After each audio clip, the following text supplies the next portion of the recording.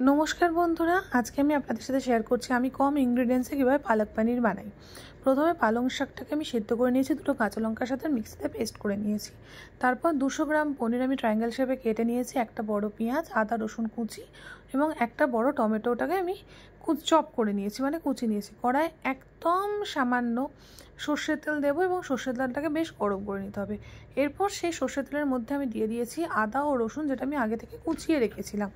তারপরে আমি ওর মধ্যে যেই আদা রসুনটা ভাজা ভাজা হয়ে যাবে তার মধ্যে আমি দিয়ে দেবো পেঁয়াজ কুচি এবং লঙ্কা কুচি। এটাকে ততক্ষণ নাড়াচাড়া করতে হবে যতক্ষণ না পেঁয়াজের কালারটা চেঞ্জ হয়ে যাবে এবং পেঁয়াজটা একটু ছেড়ে ছেড়ে যাবে।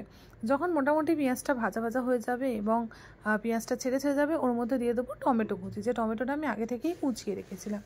এইবার এই মিক্সচারটাকে ততক্ষণ নাড়াতে হবে যতক্ষণ না পুরো জিনিসটা কুক হয়ে যাচ্ছে, পেঁয়াজটা কাঁচা ভাবটা চলে যাচ্ছে, টমেটোটার কাঁচা গন্ধ চলে যাবে এবং পুরো মিশ্রণটা আপনার কুক হবে। এর মধ্যে আমরা এতে দিয়ে দেবো সামান্য নুন, হলুদ এবং ধনে গুঁড়ো। এই তিনটেই মশলা এই রেসিপিতে ইউজ হচ্ছে। এর বাইরে কোনো মশলা কিন্তু আমি এই রেসিপিতে দেবো না, পরে নামানোর সময় দেবো, সেটা আমি আপনাদেরকে জানিয়ে দিচ্ছি। এইটা মোটামুটি নাড়তে নাড়তে যখন একদম শুকনো হয়ে যাবে, মিশে যাবে, তখন এর মধ্যে আমরা দিয়ে দেবো আগে থেকে করে রাখা পালং শাকের পেস্টটা এবং এটাকে ভালো করে নাড়িয়ে কুক করে নিতে হবে। তারপর আমি এর মধ্যে যে পনিরগুলো কেটে রেখেছিলাম সেই পনিরগুলো এর মধ্যে দিয়ে দেবো।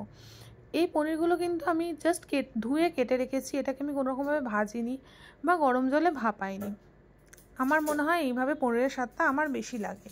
এইটা ভালো করে হয়ে গেলে, শুকিয়ে গেলে, এরপর এর মধ্যে দিয়ে দেবো আমি একদম সামান্য পরিমাণে শাহি গরম মশলার গুঁড়ো। এবার এটাকে কুক করতে থাকবো এবং এটা খানিকক্ষণ পর দিয়ে দেবো আমি একদম ছোট্ট চামচের 1 চামচ ঘি। আমি চামচের সাইজটাও আপনাদেরকে দেখিয়ে দিচ্ছি যে আমি কতটা অল্প ঘি এরপর মধ্যে দিয়েছি, একদম অল্প, বড় চামচ কিন্তু না, এই যে ছোট একটা চামচ ঘি দেবো এর মধ্যে।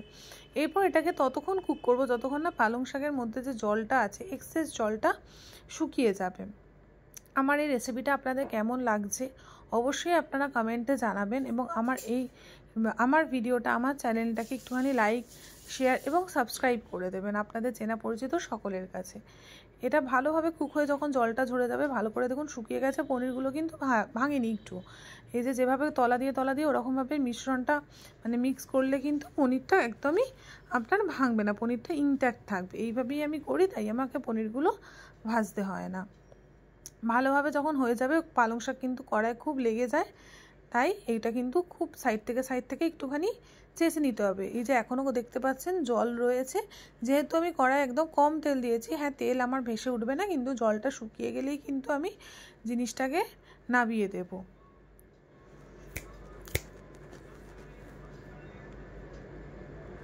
মোটামুটি আমার রান্না প্রায় কমপ্লিটের মুখে হয়ে গেছে।